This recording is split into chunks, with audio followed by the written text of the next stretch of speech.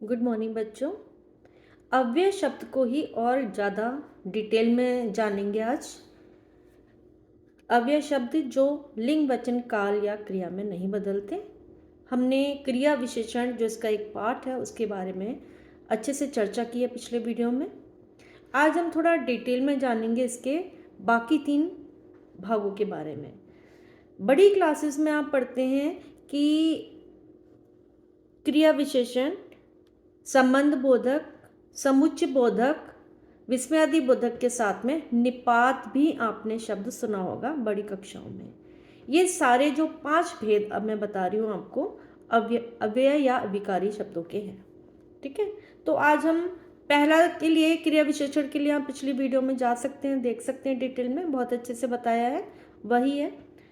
दूसरा जो है संबंध बोधक, जो मैंने आपको बताया कि ऐसे अव्यय शब्द या अविकारी शब्द जो नहीं बदलते, वो संज्ञा या सर्वनाम का वाक्य में दूसरे शब्दों के साथ जो संबंध बताते हैं वो संबंध बोधक कहलाते हैं। ठीक है, तो संबंध बोधक के लिए हम इन शब्दों को हम कह सकते हैं कि जो दिशा, काल, स्थान या कारण, उद्देश्य, तुलना, इन सब के बारे में भी हमने कुछ इनके आधार पर हमने कुछ भागों में इनको बांट दिया है सारे संबंध बोधक ही, लेकिन हमने उनको दिशा, काल, तुलना, उद्देश्य, इन सब की दृष्टि से हमने इन्हें कुछ भागों में बांटा है, जो कि आप अपनी पुस्तक में भी पढ़ेंगे। इनको हम पहचान लेते हैं। पहला है काल सूचक। काल सूचक जो से कि शब्द से ही है, काल मतलब समय, सूचक मतलब बताने वाला, समय बताते हैं जो संबंध बोधक शब्द वो होते हैं काल सूचक। जैसे के बाद, के पहले, के पूर्व, के पश्चात, जो समय बता रहे हैं। दूसरा है स्थान सूचक, के अंदर, के बाहर, के ऊपर, के पीछे, के नीचे, ये होते हैं स्थान सूचक जो जगह की जानकारी दे रहे हैं। सूचक मतलब बताने वाले। फिर है दिशा सूचक। दिशा सूचक की दिशा के बारे में बता रहे हैं, किसकी ओर, जैसे उस ओर, की तरफ, के पार, के समीप, के निकट। हमने बताया ना, इन शब्दों को हमने भाग में रखा है दिशा सूचक कि उधर बता रहे हैं वो। तीसरा, चौथा है, पहला हो गया काल सूचक जो समय बता रहे हैं, दूसरा स्थान सूचक, तीसरा हमने दिशा सूचक कहा, की ओर, की तरफ, के पार, के निकट, के समीप। फिर है समानांतर सूचक, समान बता रहे हैं कि समानता के बारे में बता रहे हैं कि ये के समान, ठीक है, की तरह, के बराबर, के जैसा।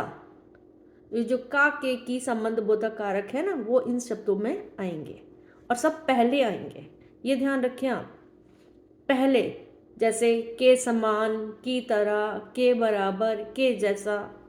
ठीक है, फिर है नेक्स्ट है तुलना सूचक, जिसमें हमें पता लगता है किसी की किसी से तुलना की जा रही है। जैसे मैंने आपको पहले बताया, की अपेक्षा, की तुलना।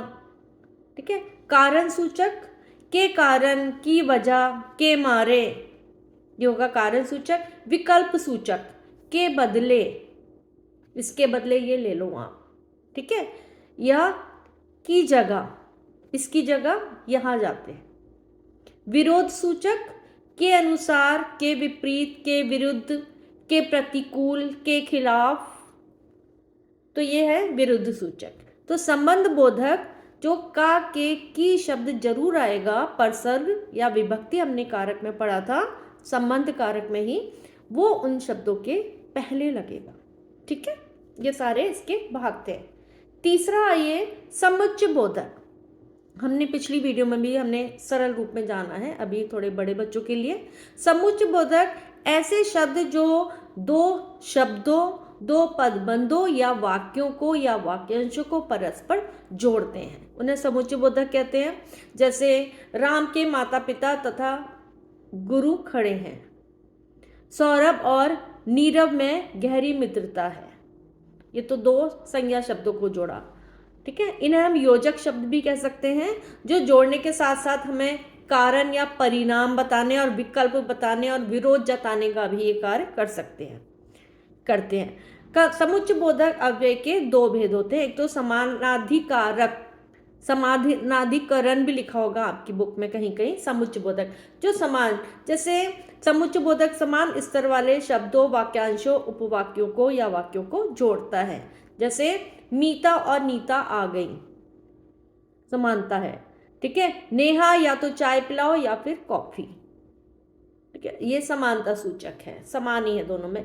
व्याधिकरण सूचक जो ऐसे अव्यय शब्द जो दो पदों को, दो उपवाक्यों को या वाक्यांशों को जोड़ने का कार्य करता है। कैसे?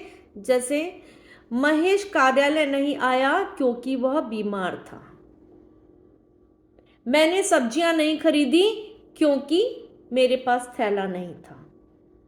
तो क्योंकि से जोड़ा हमने। उसने परिश्रम किया फिर भी उत्तीर्ण ना हो पाया, फिर भी से हमने जोड़ा है इसको, व्याधिकारक।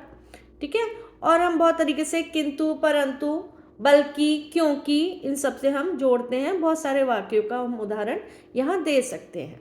ठीक है, तीसरा है विस्मयादि बोधक अव्यय। विस्मयादि बोधक से आपको पिछली वीडियो में आप देख सकते हैं कि हर्ष, उल्लास, शोक, विस्मय को जब हम अचानक से कोई शब्द ऐसा बोलते हैं जो हमारे मुंह से निकलता है, अरे, बाप रे, ओह, आह, तो शाबाश, वाह, अचानक हमारे मुंह से जो शब्द निकलते हैं उसके वाक्य बोलते हैं हम कि अरे ऐसा हो गया, वाह क्या छक्का मारा।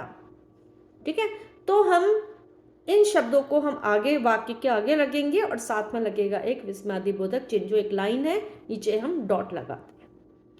चौथा जो नया शब्द है निपात, कक्षा 8 या उससे आगे की कक्षाओं में आप पढ़ेंगे इस शब्द को।